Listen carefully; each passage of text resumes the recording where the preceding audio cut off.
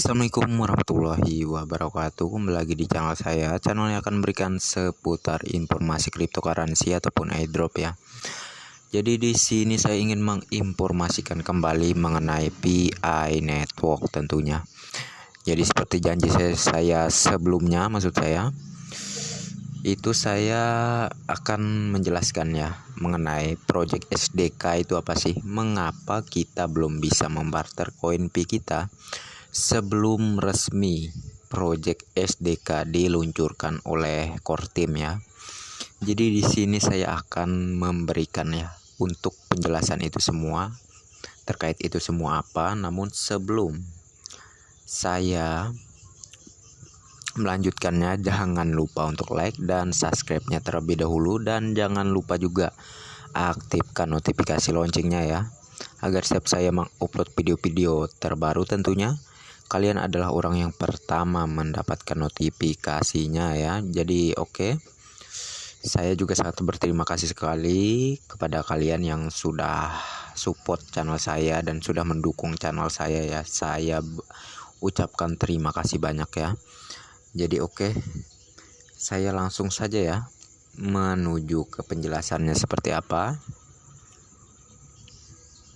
Bolehkah saya shopping di PCM bila saya sudah melewati tempo 14 hari migrasi? Belum bisa. PCM memerlukan mainnet SDK untuk beroperasi dalam mainnet. Harus paham kalimat yang ada dalam video terakhir dari Dr. Nicholas. Tiada tanggal pasti diluncurkannya MAINNET SDK.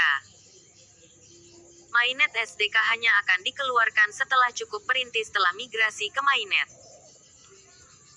TDAK ada yang menyatakan berapa juta orang telah migrasi untuk maksud cukup itu. Kalaupun nanti sudah ada mainnet SDK, mungkin kami perlu melakukan beberapa kali pengujian di platform PCM sebelum dibuka kepada semua perintis. Harap pos ini dipahami dengan jelas. Jangan buat asumsi liar. Sama-sama menunggu mainnet SDK. Apa itu SDK? Software Development Kit.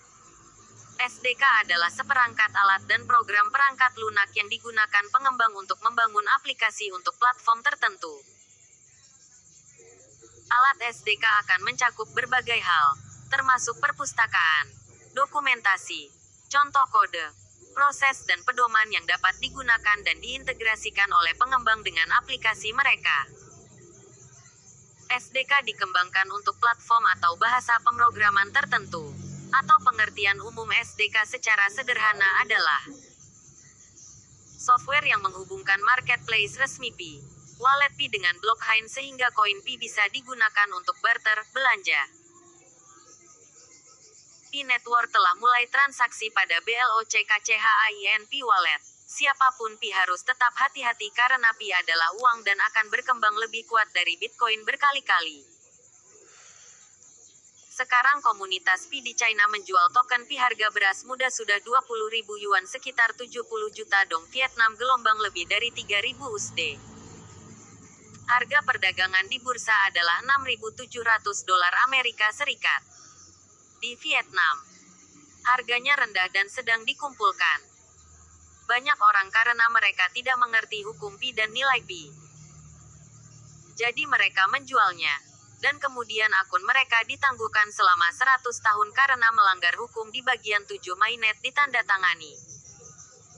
Banyak perintis di Vietnam terburu-buru untuk bosan dengan Pi, menyerah Pi dan mengutuk Pi. Kebanyakan orang hanya mengikuti Pi paling lama 3 tahun. Sekarang Pi baru saja membuka transaksi. Dia buru-buru menjual dan menjual dengan harga murah.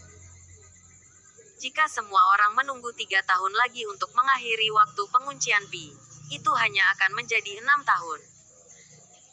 Sementara orang-orang percaya pada proyek bergerak menuju sosialisme sejak hampir 90 tahun. Mereka tidak berkecil hati. Meskipun semua orang dapat dengan jelas melihat bahwa semakin banyak proyek sosialisme bekerja, semakin banyak mereka berinvestasi dalam proyek. Semakin banyak mereka kehilangan.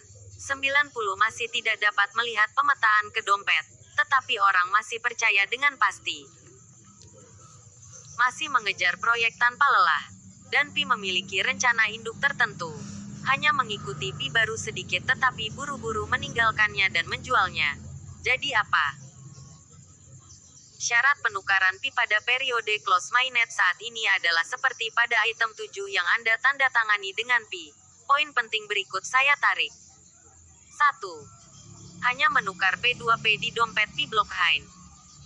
Jika Anda mentransfernya ke dompet di luar dompet Pi Anda akan diblokir dari menanam bendera secara melawan hukum.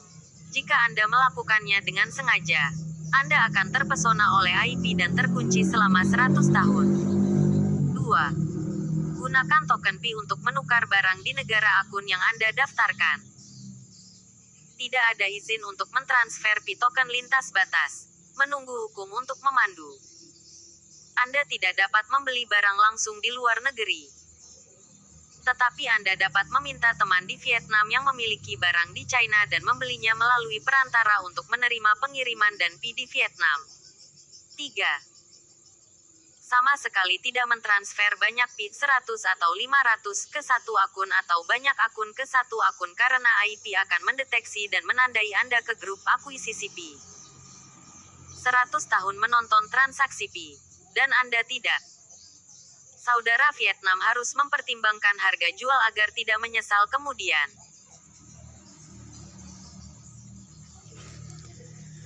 Oke, jadi jelas ya untuk keterangannya tadi sudah kita simak dari awal sampai akhir ya. Ya, setidaknya kalian paham lah ya. Jikalau kalian tidak menyekip dari penjelasan awal sampai akhir ya. Jadi untuk keterangan mengenai Project PI Network saya cukupkan sampai di sini saja dan terima kasih sudah mampir di channel saya ya. Dan bagi yang baru mampir di channel saya ataupun menonton di channel saya, jangan lupa untuk like dan subscribe-nya terlebih dahulu ya. Dan jangan lupa juga aktifkan notifikasi loncengnya agar setiap saya mengupload video terbaru ya, kalian adalah orang yang pertama mendapatkan notifikasinya tentunya ya. Jadi oke, next time. Assalamualaikum warahmatullahi wabarakatuh.